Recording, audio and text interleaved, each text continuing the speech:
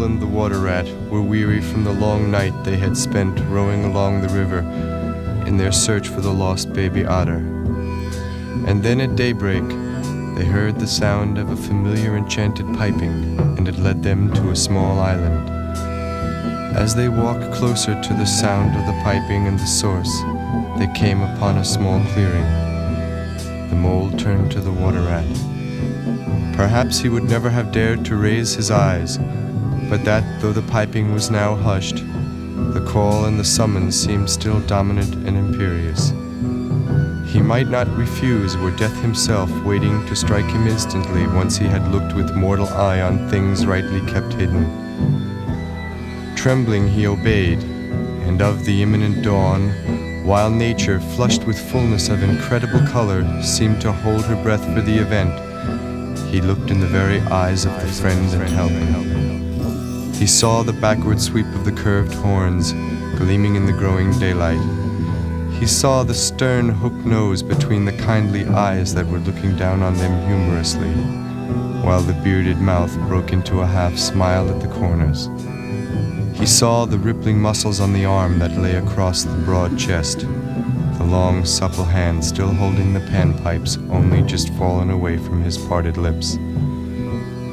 He saw the splendid curves of the shaggy limbs disposed in majestic ease on the sword. And he saw, last of all, nestling between his very hooves, sleeping soundly in entire peace and contentment, the little, round, podgy, childish form of the baby otter.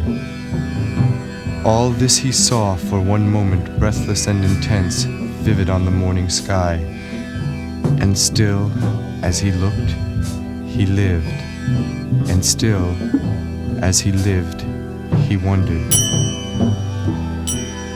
"Rat," he found breath to whisper, shaking, "are you afraid?" "Afraid," murmured the rat, his eyes shining with unutterable love.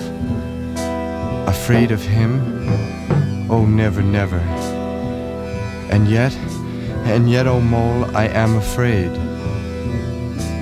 Then the two animals, crouching to the earth, bowed their heads and did worship. Sudden and magnificent, the sun's broad golden disk showed itself over the horizon facing them, and the first rays shooting across the level water meadows took the animals full in the eyes and dazzled them. When they were able to look once more, the vision had vanished, and the air was full of the carol of birds that hailed the dawn.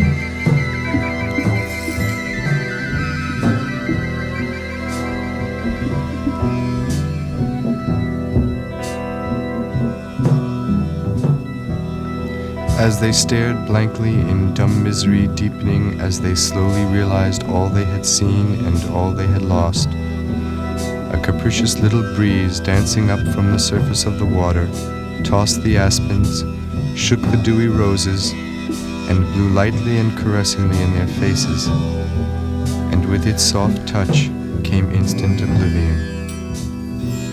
For this is the last best gift that the kindly demigod is careful to bestow on those to whom he has revealed himself in their helping. The gift of forgetfulness.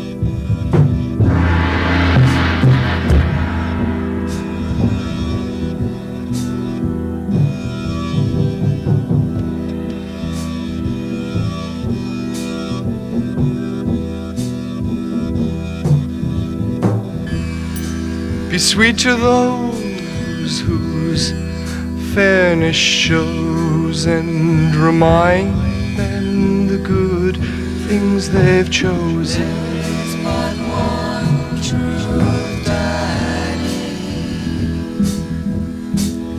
There is but one truth, Daddy.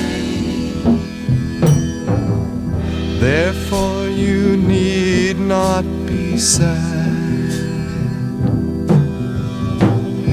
It should not weigh very heavy, spending the few things you have. There is but one truth, Daddy.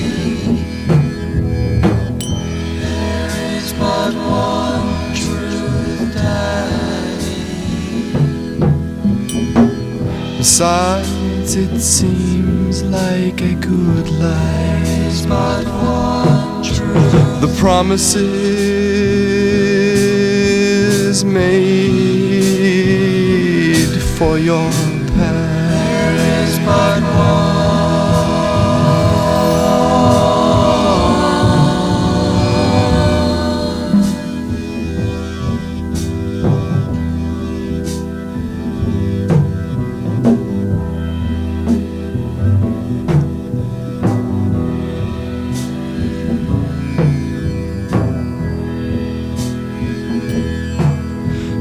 The promises made for your past. There is but one.